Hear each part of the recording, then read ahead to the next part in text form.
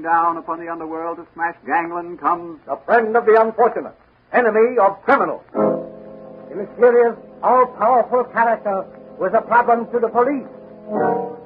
A crusader for law.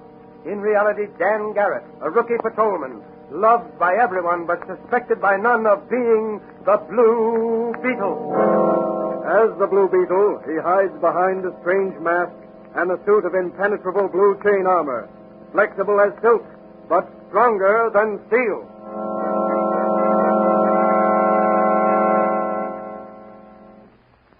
Today's episode of the Blue Beetle sends the Blue Beetle swooping down on a group of powerful underworld characters whose racket is dope. Will he be able to ferret them out? Can he hope to cope with this mysterious ring of ruthless men single-handed? Can he discover their leader and bring him to justice? As our story opens, our hero, Dan Garrett, is visiting his friend and secret advisor, Dr. Franz, who operates a little apothecary shop in one of the great city's side streets. He is restlessly pacing the floor in Dr. Franz's living room. Look, Doc, why does there have to be so much red tape in police work? Well, Danny, every organization has to have rules and regulations. That makes for efficiency. Yes, but the criminals and the crooks we're set to catch aren't bound up in rules and regulations. You know, I like police work, but I also crave action. You seem to get plenty of it as the Blue Beetle. I worry about you, Danny. The terrible risks you take. These crooks and gangsters are vicious, cold-blooded killers. They'd have no mercy on you if they caught you. I can take care of myself. Besides, that suit of blue chain armor you made me in that mask are a great protection. I hope they never catch you without it, or ever discover who the Blue Beetle really is. I'm afraid it would mean the end of Patrolman Dan Garrett. Well, after all, Doc, you're the only one who knows. Even Mannigan is always saying what he'd do if he caught the Blue Beetle. He's the officer on the beat next to yours, isn't he? Yes, he was my father's pal. I see. He got me on the police force after my father was killed by a gangster's bullet. And doesn't he suspect at all? No, he doesn't. He's a good cop, but he's not very heavy above the ears. What's that newsboy crying? Something about a movie star committing suicide. Wait, I'll go get a paper. Boy. Here you are, boy. Give me one of those extras. Yes, sir. Thank you. Hey, look at this, Doc. Sandra Beaumont, the movie actress, committed suicide last night. The paper says she left a note on her dressing table which said, "Dope has become my master. No longer can I live without it. This is the end. Let my fate be a warning to all." What do you think of that, Doc? I think it's tragic, Danny. So do I. I'm going to do something about that dope racket right now. Well, what are you going to do? I'm going to ask the commissioner to put me on special assignment to try and uncover the leaders of that dope ring in this city. You'd better be careful, Dan. They'll stop at nothing. Well, if I can't uncover them as Patrolman Dan Garrett, I'll get them as the Blue Beetle.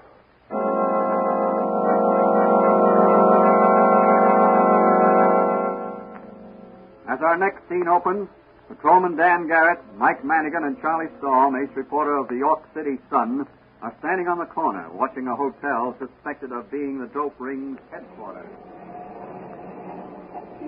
Uh-huh. That's the place, all right. Somebody tipped off my paper. Why don't we go in and raid the place? What, just the two of us? Sure. Don't be silly. We've got no evidence. The commissioner wants evidence. That's our job. To watch everybody that goes in and comes out of that place. Me? I like action. So do I. Hey, look. Where? That shabbily dressed man there. He just came out of that side entrance and gave a cigarette to that kid standing there. So what? Looks like the kid gave him some money for it. He's a dope peddler. He's selling dope cigarettes, marijuana. Marijuana? Boy, here's where I make a pinch.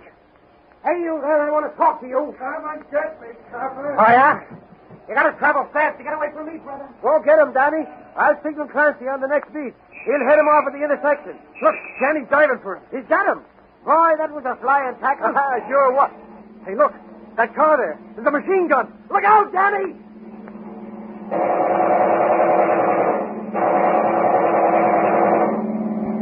I'm going to take a shot with my revolver as they pass. Yeah. Duck down behind those ash cans, Johnny. I'm already shot. Missed them, but got it. Did you get the license number of that car she passed? Yep.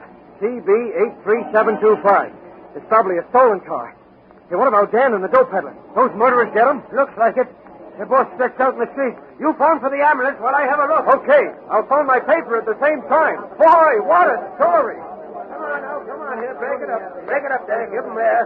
Here, let's have a look at him. Huh. Oh, they sure got this guy. He looks like a sieve. Sure, and he'll never sell no more dope cigarettes to kids. He's dead. Yeah, he's dead. Look at the blood, will you? Yeah, look at This it. guy here looks like he's dead, too. Danny, it's Mannigan. How are you doing, Danny? What happened? Where's the dope peddler? He's dead. You tackled him, and some trigger men in a car machine gunned you both. Oh, I remember now. I saw the car coming. Are you bad hurt? I don't know. I can't feel much. I'm numb all over. Well, here's the ambulance. You'll get a swell ride to the hospital, Danny, and maybe a citation from the commissioner for bravery in action.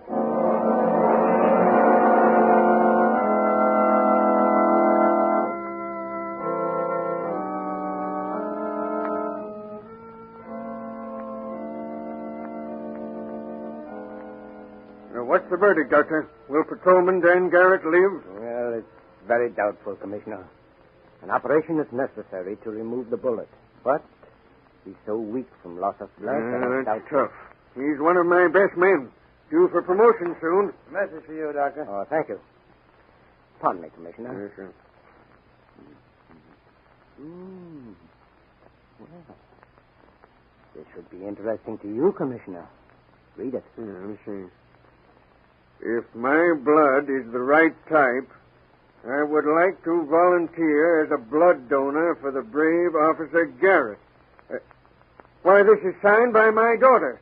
Precisely. She's convalescing here from her accident. Well, she's almost recovered, Commissioner. Yes, but, Doctor, is she strong enough? I think so. Then by all means, let her do it. I'm fond as well as proud of Dan Garrett. He's a fine boy, like his dad before him. It'll also make my daughter very happy. I have a sneaking suspicion she likes young Garrett.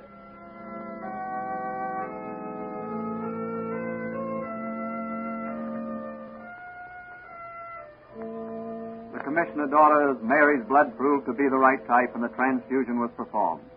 Later, Danny was operated upon and a machine gun bullet removed from his abdomen. For days, he hovered between life and death. Then one night, when all was quiet, a strange man slipped by the nurse and stood beside Dan's bed. Dan Garrett. Who is it? Who's calling Dan Garrett? It is I, Dr. Franz, your friend. I've got something for you. Hello, Doc. Now, listen, Danny. I want you to take this capsule. It's my secret 2X formula. It will bring you a speedy recovery. Sure. I'm positive. My formula will save your life, restore you to health in 24 hours. It will also give you greater vitality, keener eyesight, almost superhuman mentality, and it will give you abnormal strength. You will be a tough hombre when you get out of here. Well, give it to me.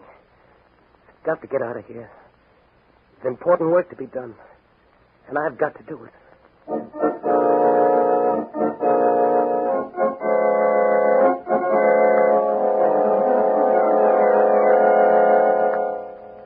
The next morning, to the surprise of everyone, Dan Garrett was completely recovered.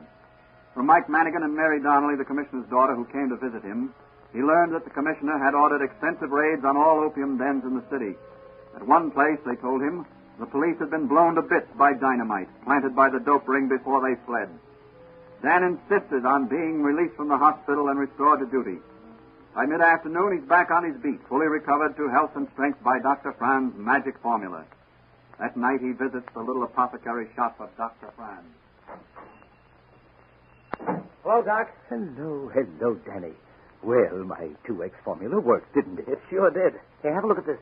A bullet, huh? Yeah, that came out of me. Mm-hmm. Well, let's have a look at it under the microscope.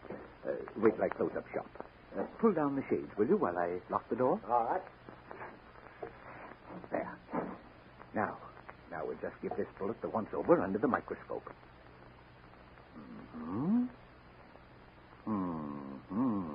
Very interesting. Very interesting indeed. What is it, Doc? Have you got something? I think so. This bullet was fired from a show. A show? What's that? Why, that's what the soldiers in the last World War called a certain type of French machine gun, because they couldn't pronounce the real name. Boy, that ought to be easy to trace. There can't be many of those in this town. Got any ideas? Well, there's a French novelist by the name of Philip Layden who collects interesting firearms as a hobby. He might know something about this gun.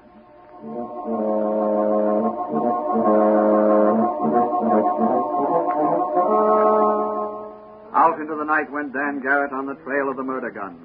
But a changed Dan Garrett. No longer is he in the blue uniform of the city's finest. He wears blue, but it's the blue chain armor of the Blue Beetle.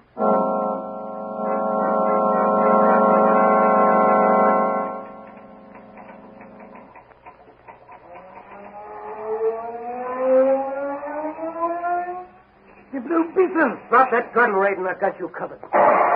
It's no use, Raiden. Your bullet can't pierce this chain armor I'm wearing. I'm sorry to be so rough, Raiden, but I wanted that gun of yours. Now pick yourself up. That's better. I see you recognize my little calling card. The sound of my magic ray machine and the little beetle always signifies the presence of the Blue Beetle. You frightened me, monsieur. I fired from nervousness. I had no desire to injure the Blue Beetle. I see. Oui, monsieur. What is it you desire? I understand you have an interesting collection of firearms. Oh, I make the hobby of collecting unusual firearms, monsieur. Do you own a Sho automatic machine gun? Oui, monsieur. You have the only one in the city, I believe. Oh, perhaps, monsieur. I do not know. I'd like to see it. Certainly, monsieur. But this way. And no funny business. Monsieur, I am not in the mood for what you call these funny business. Good. Now, here you are, monsieur. This is the gun cabinet. The Sho, she is... Monsieur, she is gone. Gone? Oui, monsieur.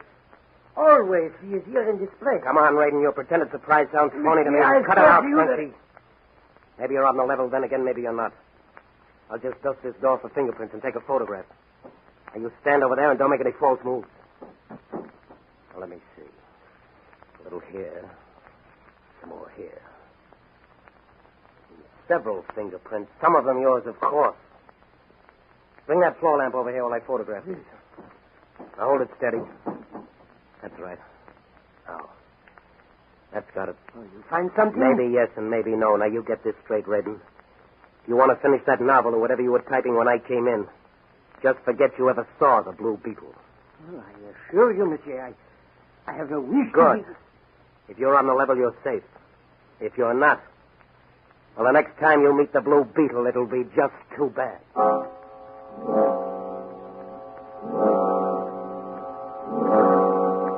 Whom will the Blue Beetle call upon next? Whose fingerprints were on the doors of the gun case? Is Radon, the French novelist, a member of the dope ring?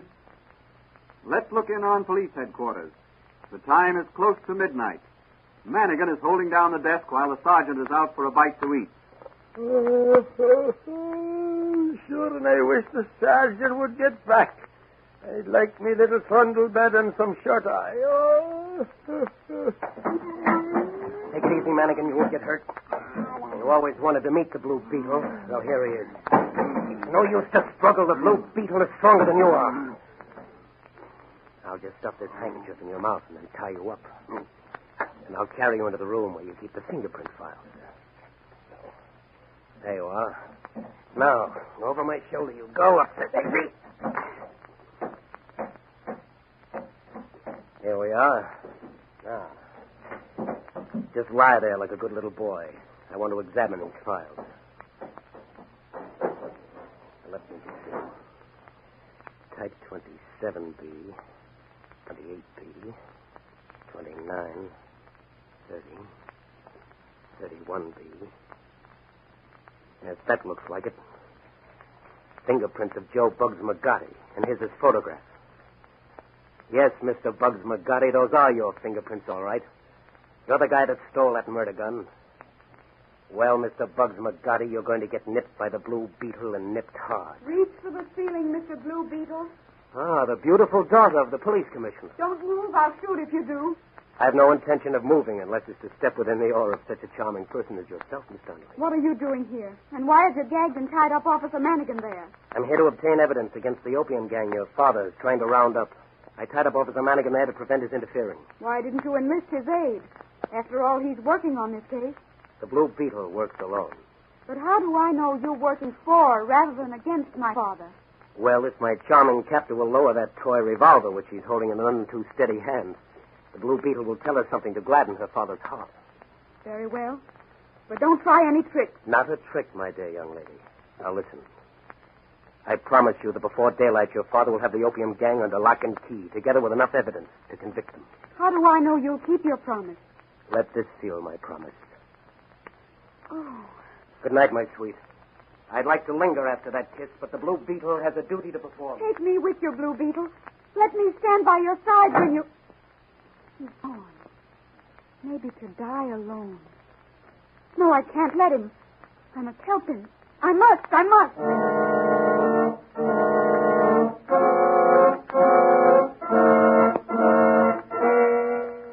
Like a bloodhound on the trail, once he gets the scent, the Blue Beetle sped on his mission. And like the bloodhound, he'll never let up till he runs his quarry to earth. But close on his heels goes the commissioner's daughter, determined to have a part in the roundup of the nefarious gang of dope peddlers. Little did she know that close behind, as she hurried down the darkened street, a car was slowly following her. There she goes. That's the commissioner's girl. Let's nab her now. Wait till she passes that street light. Now, out you go. Make it snappy and keep it quiet. Okay, boss. Excuse me, lady. What?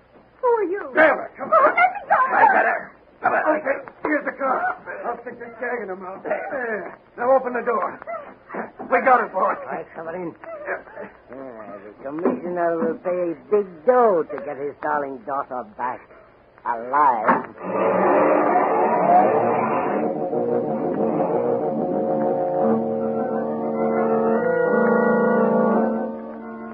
Where is the Blue Beetle? Will the Blue Beetle be able to rescue the beautiful daughter of the police commissioner? Will he locate the hideout of the dope rings? Will he be able to collect enough evidence to convict them? Through the silent night, down by the waterfront, two powerful cars are speeding along.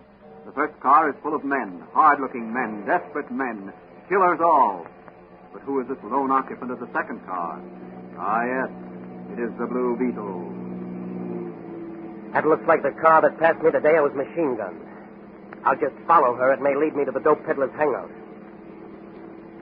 They suspect me. They've got a machine gun pointing out of the rear. There it goes. I better give them a ruffle with my synchronized machine gun before they shoot away my windshield. I hope the shatterproof glass is good, but I don't know how good. All right, you rats. How do you like this?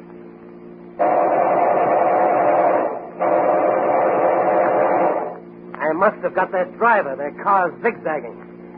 Oh, now they're speeding up. Well, here we go again. They're slowing down. They're turning into that warehouse. That's my gang, all right. Just the spot I was headed for. Now, Mr. Bugs Muscati, for the final showdown. Closing the iron doors of the warehouse. I'll soon blast them open those special bombs Dr. Brum's made for me.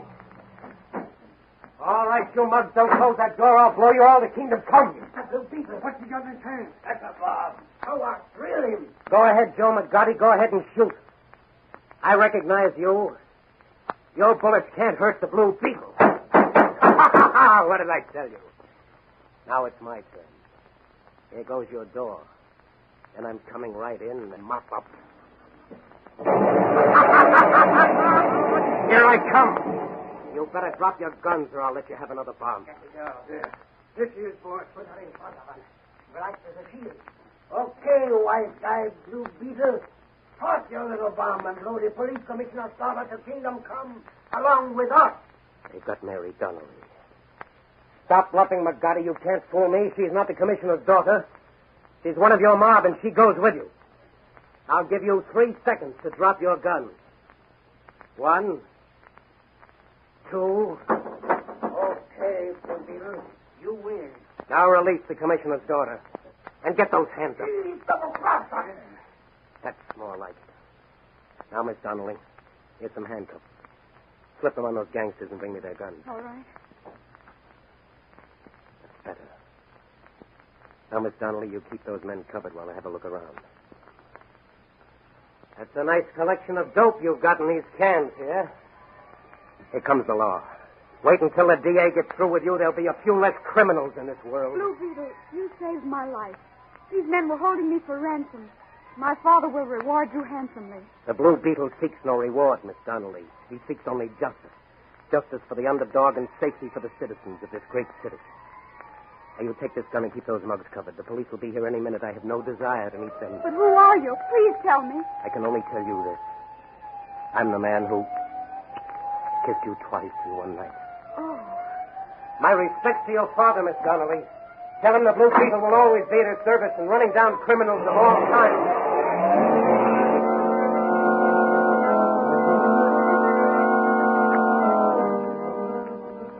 Away in his fast motor car sped the Blue Beetle, leaving the commissioner's daughter on guard over Bugs McGarty and his band of criminals. But close behind him speeds another car, a police car. Will the Blue Beetle be overtaken and unmasked? Ahead, a stoplight is changing from green to red. Will the Blue Beetle defy the traffic regulations to avoid discovery, or will he obey the rules of safe driving?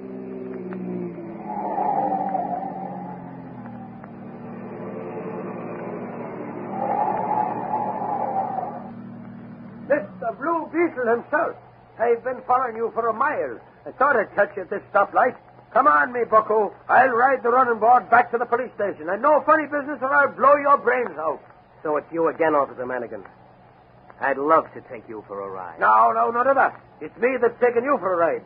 I saw you drive out of that warehouse back there, so you were in with those dope peddlers. That's nice figuring, Officer Manigan. It'll be Detective Manigan after I turn you in. Now get going, Mr. Blue Beetle.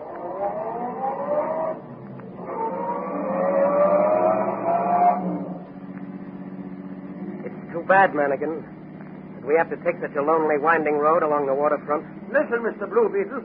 The slightest move and you'll be Mr. Dead Beetle. Oh, yeah? Listen, you're interfering with my work, Patrolman Manigan. So there you go. Right off the running board into the river. Have a nice swim for yourself until you cool off. Good night, Detective Manigan.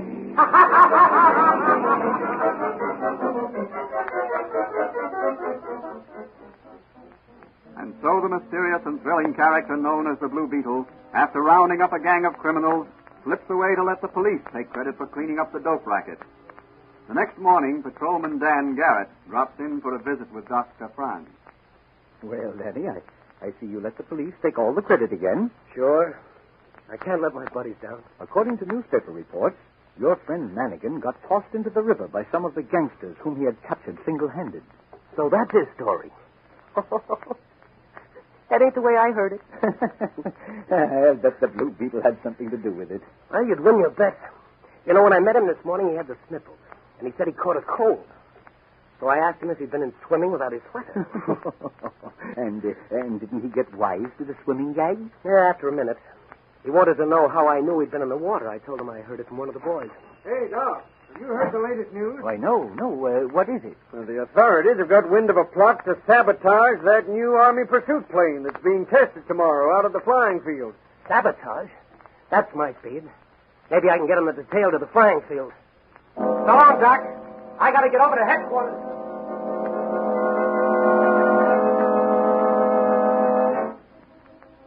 Though some nation is envious of Uncle Sam's superiority in the manufacture of aircraft, what will happen at the airfield? Will the Blue Beetle be able to uncover this plot in time? Will he be able to run the criminals to earth? Those are all questions which will be answered in the next edition of The Blue Beetle.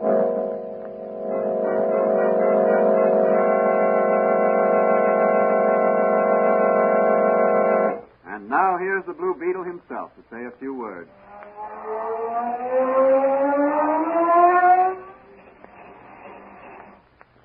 Folks, the story you've just heard should teach you the value of never giving up. Sometimes things are pretty tough. But don't ever be discouraged.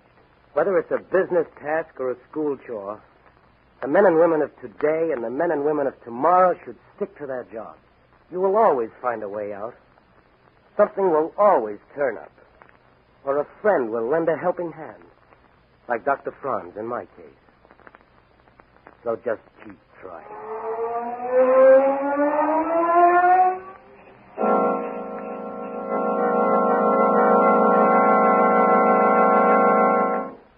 The Blue Beetle is a Cox feature appearing in Mystery Men Comics magazine. The Blue Beetle is on the air twice a week on this same station. Consult the broadcast schedule in your local newspapers, and don't forget to listen in.